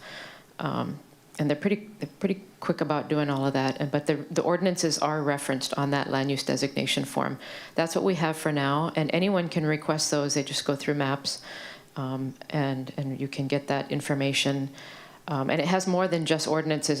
Like I mentioned, it has land use designations if it's in the special management area, and all those other designations that are important to know for land use. I can see in the future, especially now with the ordinances on the website being ADA compliant, they're probably readable, where there could be something where TMKs and ordinances can be matched up, but that's going to be a future project that probably involves ITSD. But the best bet is the land use designation form, because those are thoroughly researched by our zoning staff. So if someone was considering purchasing a property and they see the zoning on it and they're like, oh great, this is just what I wanted, the advice would be to go onto maps, request the land use designation form to ensure that there's no conditions that would prevent doing the specific activity or whatever that they're looking to do. That is correct, yes. Okay. I mean, it's something at least. The other question I had, following up on Member Batangan about the module acceptance. Like, as we're going through the various modules, I did have a request once, I think, from the deputy, like if I could hold off on this because we're going through the Title 19 update. And I was like, hold off. We've been talking about Title 19 update for 20 years and this term is only 2 years. So the question is, say we accept a module and it's not contentious or whatever, and then one of the 9 of us, or say the administration, proposes a change, would that, and it's to a module that has already been accepted, would that change bring back up the module and then change it in there, or how would it work? Like, if we're changing things as we're accepting them, or we haven't accepted the whole package, but there's a change being proposed. Thank you, Chair, and thank you, Councilmember Paulton. That's an important question. And that really is, I think, a good group discussion, because there's different alternatives where we could come back to committee and bring it up, if you don't mind the extra time it takes. Or we could maybe talk to the chair about borrowing if other committees have free time. But that, like I mentioned, that's a bigger discussion that I want to make sure that, what time constraints are you folks willing to accept, and are you willing to put in the extra time? Or do you want to wait until maybe when we have something more complete and look at a matrix? Here's what we propose, here's what HLU said, here's what the commission said, but here's the change, and then something at the end that you folks can decide on. So it's really going to depend on how much time you folks are willing to invest in this, if you want to take more time up front and discuss things, or wait until the end and have a matrix. Kind of like, if you remember when we had the West Maui Community Plan, right? I think you folks reviewed a matrix of all the different changes and then made a decision. So yeah, so I just want to pause. Oh, wow, that was a lot, fast 5 minutes. Okay. Okay, to finish up on this, basically the reason we're doing the Title 19 rewrite is because the audit of Title 19 revealed that we weren't functioning efficiently, and it's all piecemeal. That's the whole reason that we're doing this, that the Title 19 got audited, and then it was like, bro, you guys are like 1950s here in the 2026s or whatever. And so you got to rewrite it and make it come into the 21st century. That's why we're doing this. So I believe the audit is something that we just took upon ourselves, because the planning department knew that the code had a number of problems. I mean, we use it on a daily basis, and we find it difficult to use as well. It's just not the public. And so the audit was just to document and look into it from outside eyes, from a planning expert. How to rewrite it, or like what to focus in on during the rewrite? It identifies areas that need improvement and suggested our recommendations to change within the audit, yes. Allison, if you don't mind jumping online, maybe you can expand upon the audit findings. If you could make it quick, and then we'll come back to Member Paulton to discuss this further. But I want to give Member Johnson some time as well. Allison? She's Yes. up. Okay, great. We can. Thank you, Allison. Hello. Yeah, I was wondering, Scott, would you mind to pull up the recommendations, the slide that had the core recommendations from the audit? Sure, we're gonna share our screen. So Or if it's going to take too much time, and can circle back, what would you prefer? Yeah, we can circle back till my next opportunity. All right. Okay, we'll get it queued up in a few. Okay. Okay, thank you. Thank you. Member Johnson, your 5 minutes. Thank you, Chair.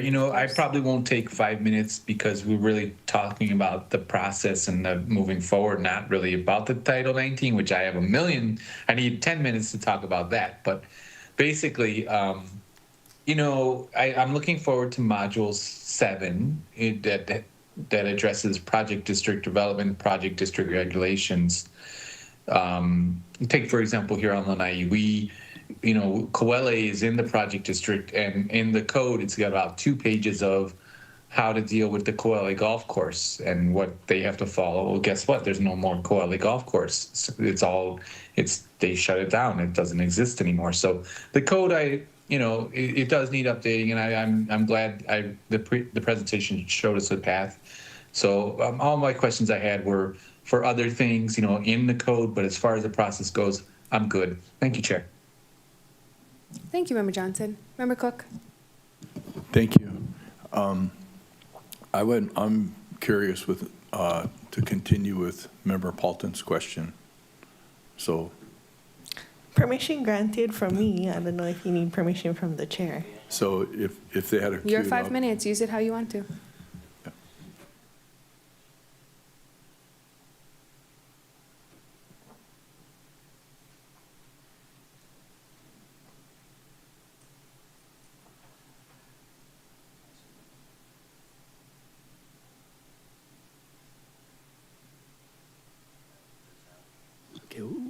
Was there a specific question on this, or you want to kind of go into a little more detail on these?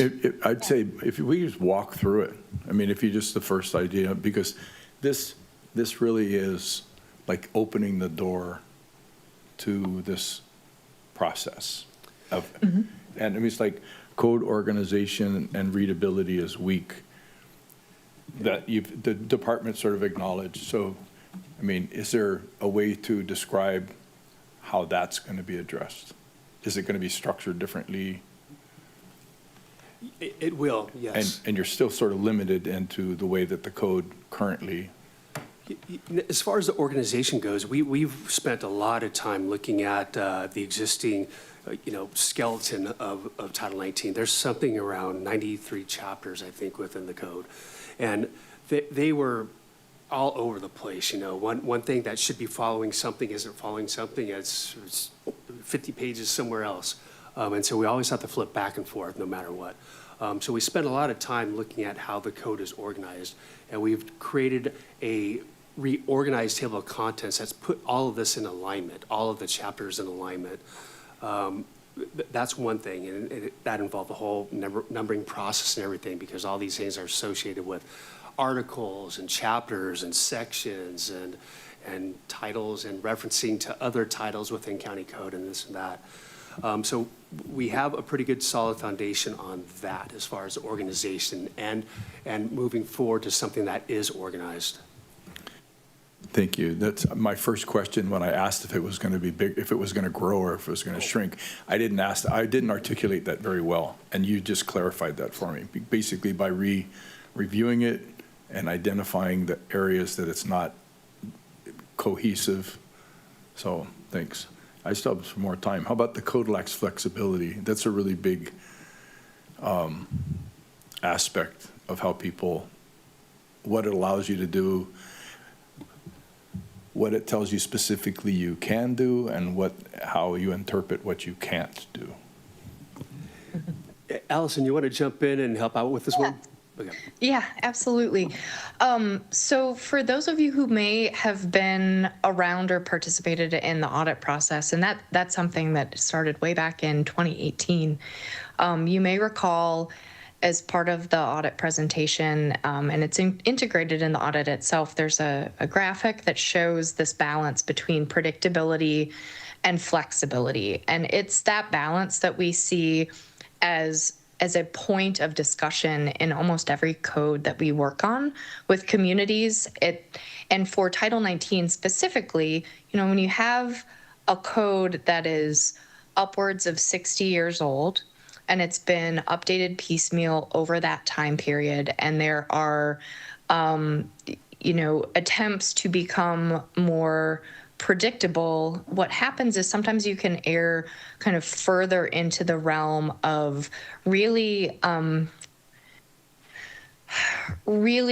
tying yourself into a regulatory framework that doesn't allow for creativity or flexibility in the development process, in kind of allowing for the type of development that you'd like to see occur on island.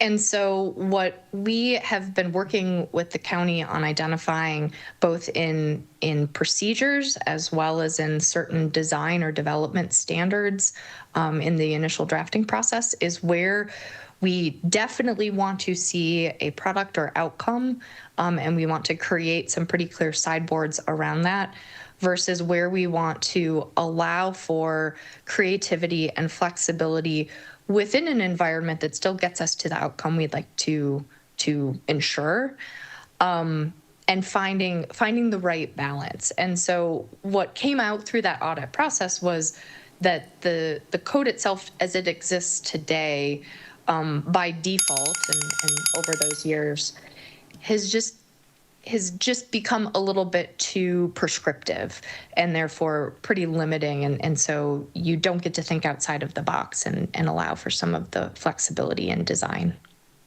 Thank you. Thank you, Chair. Your department. Member Senensi? Thank you, Chair. And some of my questions were already answered, but I'll ask my staff's questions.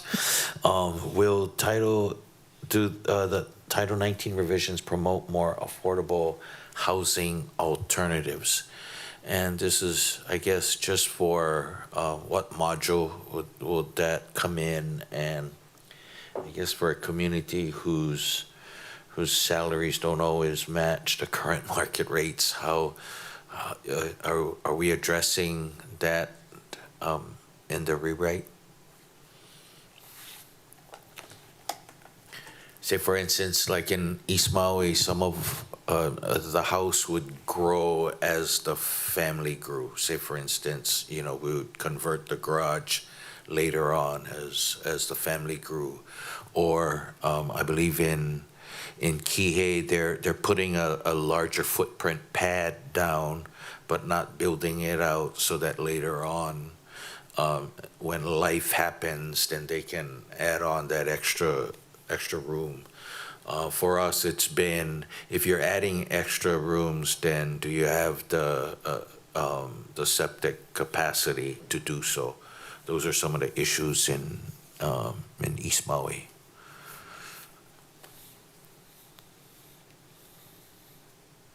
Some of this is, getting down to the standards within, the zoning districts, as far as setbacks go and coverage and, what you can put on the lot, accessory dwelling units. And that's being addressed in current updates to Title 19. There's also other aspects, as far as affordability go, that, our code right now has, it defines lot sizes. And there's not really like a lower lot size, for instance. And we know that, land is money, and it costs money to, buy so much square footage of land. And so by being able to have smaller minimum lot sizes, that's possibly one way to accommodate the affordability, issue. We did a missing middle housing study last year, and this looks at more of the type of homes that are essentially, there's affordable housing that are the regulatory parts of it, where there's certain, parameters on how much money you make. And then there's fair market value housing. And a lot of the zoning code regulations are kind of, focused on kind of just standard lots and what you can do with it, and not other state laws. But Allison, maybe you can provide a little more insight into that too. And just for Allison, just as a perspective, other municipalities that are doing revisions to their zoning, this is an opportunity to address those housing shortage issues. Yes, very much so. Housing is a flashpoint issue that we see, across obviously Maui and Hawaii, but as well as where I'm based in Montana and in places we work all over the country. Building on what Scott was saying, we would be looking at how to integrate through the uses appropriate in each district, a variety of housing types that could be permitted by right or permitted with specific conditions or design standards to make sure that a variety of housing types fit within the character of these established neighborhoods, but allow for some more unique mix. You probably have heard the term missing middle. And so that's when we think about the district composition and we think about expanding the types of residential uses for Maui County and where those would be appropriate. That's another tool in the toolkit that we see used successfully to just think about family configurations, housing configurations, scale, scale and fitting with the established context. And so that'll come in some of the district modules that are later on in the process. Okay, thank you. Their housing is across all of the modules or one specific? I think we would be looking to really dive in to, I believe it's module 4, where it's residential, and then as we're talking about maybe mixed use, but those districts that are really explicitly related to residential development is where we're really going to start to have that conversation. Okay, thank you. Thank you, Member Senensi. I have a question for you folks before I move on. And looking at the audit, there's a little paragraph here that says there's excessive discretion in rulemaking, and the audit team discovered that there are more than 600 pages of rules that apply to Title 19. So along with your gigantic book, you have another, Bible of rules, which apparently attribute to the fact that Title 19 is currently written is outdated and difficult to apply without a lot of interpretation and additional explanation. Where during this rewrite process will we maybe be able to discuss some of the administrative rules, or is that going to be after we do all modules 1 through 7, that maybe we would discuss administrative rules as well? If we are, is that our plan?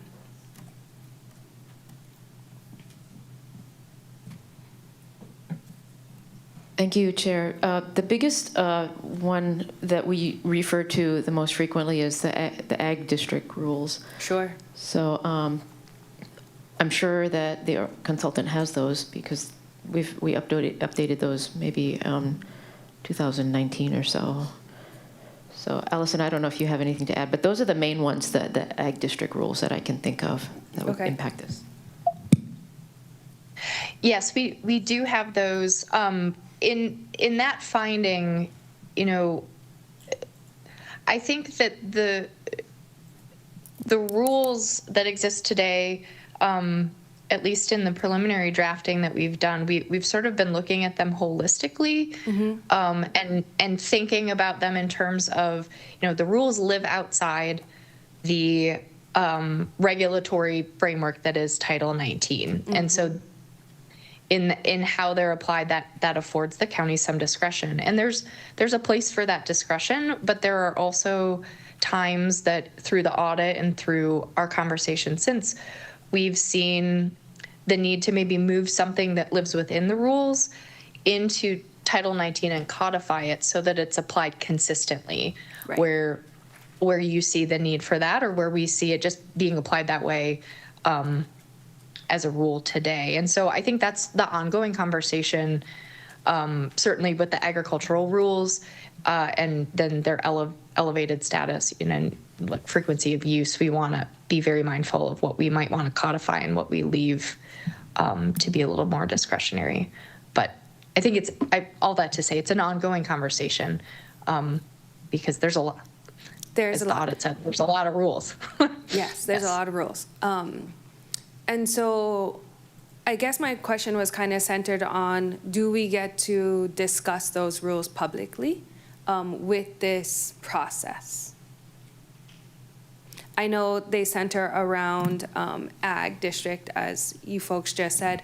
I remember when I was doing permitting and processing in my previous life and job, there was a change in rules on how they looked at what they considered square footage for your dwelling. And so if your roof covered a deck, that was included in your square footage of a dwelling, even if it was just a deck or your overhang. And so that changed when you're dealing with properties when we have like rural districts, and you cannot go over an amount based on your square footage of your house and property.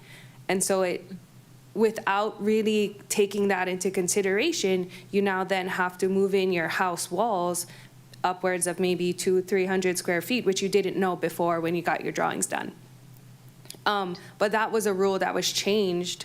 There's really little discussion over that, but that's an administrative rule. So I guess as we continue to move on through these modules, then I will continue to ask for administrative rules as we discuss the different sections and modules. Yes, thank you, Chair. It would be appropriate to look at the rules at the same time we're looking at that zoning district. Okay. In particular, ag is the big one, and then there's also rules regarding civil fines.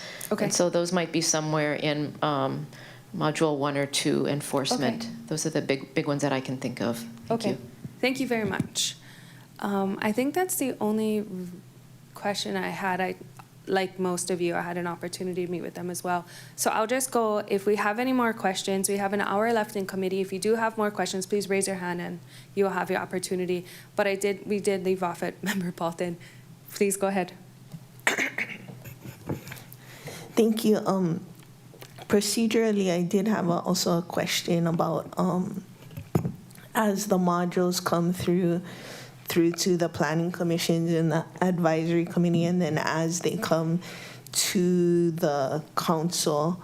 I think on council initiated stuff, we can't make too much changes as it comes back from the planning commission, but this would be administration initiated change. So if the council, after the modules go through the planning commissions, wants to make a substantive change, it would not need to go back to the planning commission or the advisory committee? Question for Corp Council or planning? Whoever knows that. I think everybody's heads is looking at you, Nahulu, so you're on the spot, my friend.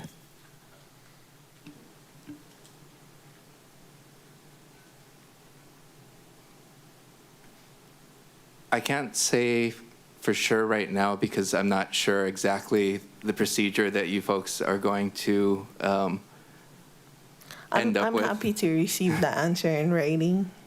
Yeah, and but I think that it's gonna depend on. They were talking about how this procedure is gonna be worked out through the upcoming months, potentially through the next year or so.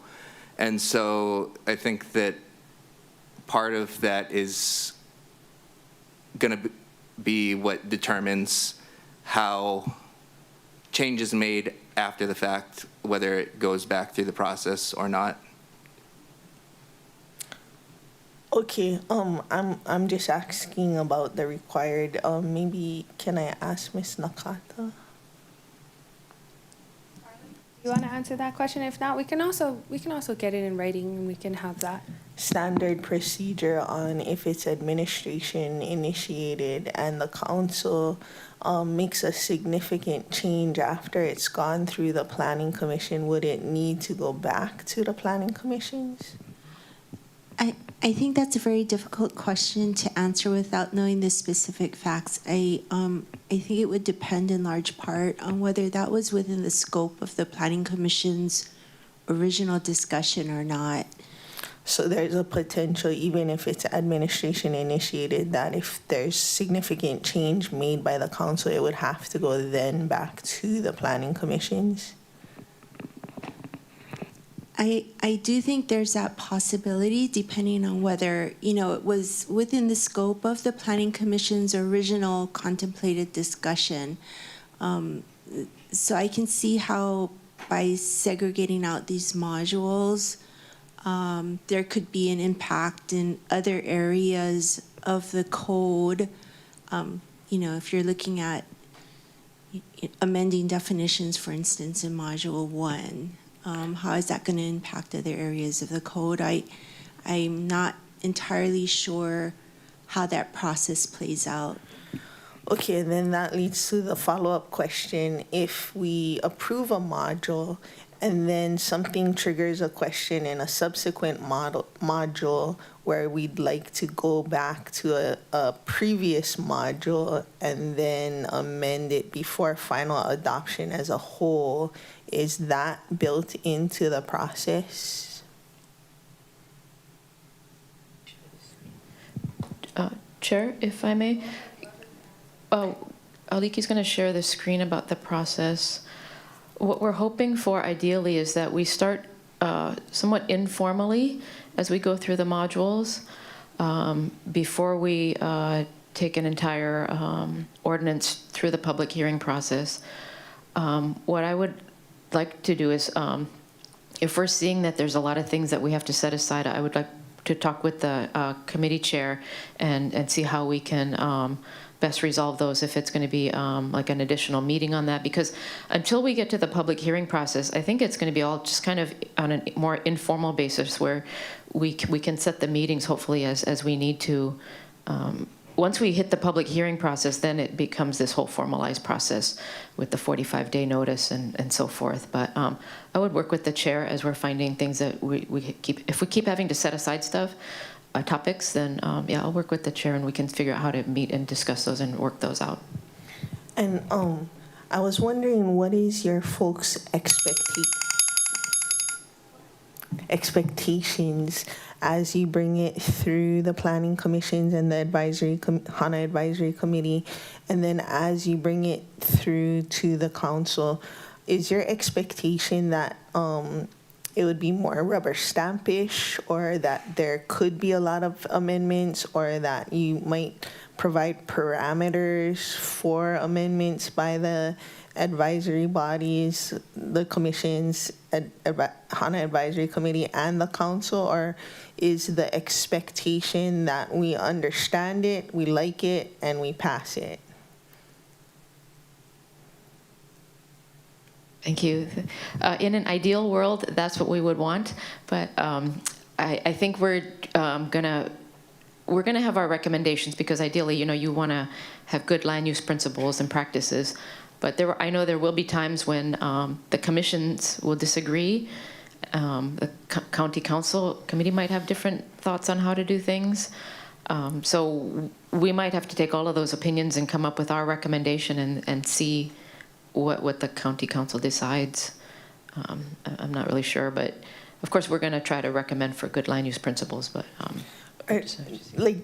are there any areas that you see like are more subjective in terms of land use principles where you could have a range? And then if that is the case, would that range be presented to the advisory bodies and the council, like to see where they end up in the range of acceptable land use principles? Thank you. So what the task force is doing right now is looking at the existing code and identifying where we have regular problems and issues and things that are not clear. And so we will have our recommendations, and then also from Orion with their best practices that they're finding. And so we will come up with what we would like, right? And then present those to the council and the commissions. Okay, I like that. And then on your recommendations, when you're saying that the problems that are being encountered with the way it is, will you be providing that the recommendation based on those justifications? Like if the recommendation is something different from the current Title 19 verbiage, you would say, we recommend this change, and the reason why is so-and-so has all these problems every time. And then we're like, oh, well, that makes sense, and we're not going to touch it because we want you guys to have what you need to do your job efficiently. Whereas if you just say, this is our recommendation without that background explanation, I could see certain members of us being like, oh, I don't like that, let's do it like this, and then it doesn't work for you guys. That is correct. We would explain why. Yes, for sure. In fact, we're doing that now in a spreadsheet that because we're all consulting on these spreadsheets and what the issue is and why. So yeah, that's really important. Because maybe, you know, there might be a problem and we think of one way to solve it, but there might be other ways that, you know, you folks have a bigger picture that might have a different thought on that. Okay, I don't want to be a hog. I think I saw Member Johnson's hand up, so I will yield. Okay, thank you, Member Paulton. Member Johnson, go ahead. Thank you, Chair. Following this line of questioning, I'm curious why it's going to the planning commissions first and then coming to us. Wouldn't it? I mean, I'm curious why you guys did it that way, because the ping ponging is what I'm curious about.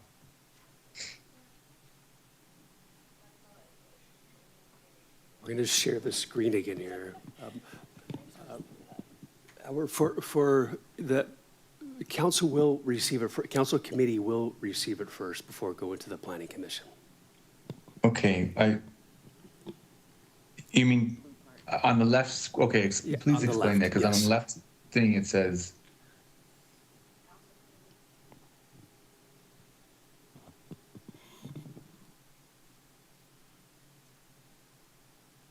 Okay, so council committee 7B presentation, this is not that, or is this that? No. This is not that. Okay, I got you. I don't know if you guys Chair, if I may, Member Johnson, are you asking if we're gonna get a 7B presentation on a module by module basis before it goes to committee, or are you asking if this is the one 7B presentation that we're getting before everything then goes to the committee, commissions? Right, I just want to see the modules before it goes to them. Sorry, staff, I don't know if you can see your head nods. Yes. So the plan is to informally bring it to committee to get feedback, and then we'll incorporate those comments and present those to the commissions. Those are the modules on the blue side. And then once those modules are finished, then we go through the whole ordinance process, which is going to be initiated by the administration. And so then we take it to the planning commissions and then to county council.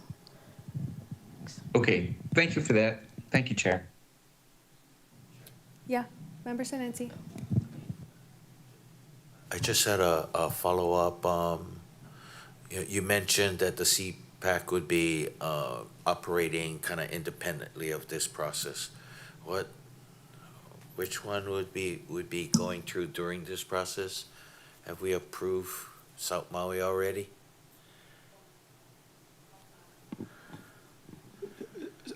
I think, first of all, the CPAC will not be integrated into this process. The CPAC is for the general plan, community plan process. Yeah, I mean, which process would we be in? We approved South Maui already? Not yet, so we're still in South Maui? So Council Member Senenzi, your question is about the South Maui Community Plan? Yeah, that would be in the same timing as we go through this process, or we would be moving on to the next community? So that one will actually probably be a little sooner. We're going to try to transfer. Well, you're going to see a time extension request on Friday, and but we're trying to get this to you next month, and so that can get started right away. Whereas these, then when we bring Module 1, will probably be early fall. So there will be some concurrent overlap, yes. And so I'm sorry, we're going to be trying to take a lot of your time, council members. We're going to be really close friends for the next 2 years, so thank you. Okay, thank you. Thank you, Member Senenzi. Does anybody else have any other questions? No? Good? Member Paulton, you good? I think I've subjected them to enough torture, and it was just about the process. I would appreciate hearing in writing, like, when or what the parameters are, if there's changes made at this committee level, if it would need to go back or not. It sounds like it's a little not subjective, but some other word. Okay, we'll transmit that question in writing to both like planning and then the attorney so we can get a comprehensive answer, because that would be important for us to understand before we, for the next council takes this and runs with it. Committee Chair, Yeah, go ahead. if I may, I would also want to hear your thoughts on how you would like this to run also, Oh. to not waste your time, but to make sure that we have your input in that. So maybe we That's can discuss great. that also. Yeah, let's do that. And to be fair, majority of it will be maybe next term, so we shall see how this council shakes out and who sits where and who does what. But I Yeah. can help with what may come out later this year for sure. I agree on that. Like, we don't know, like, maybe none of us will be back and you have to do this all over again to some Maybe, new as we 9 discussed people. yesterday, we all become billionaires in some lottery and we don't have to work anymore. Then special election or something, we're trying to figure that out. Manifesting it right now.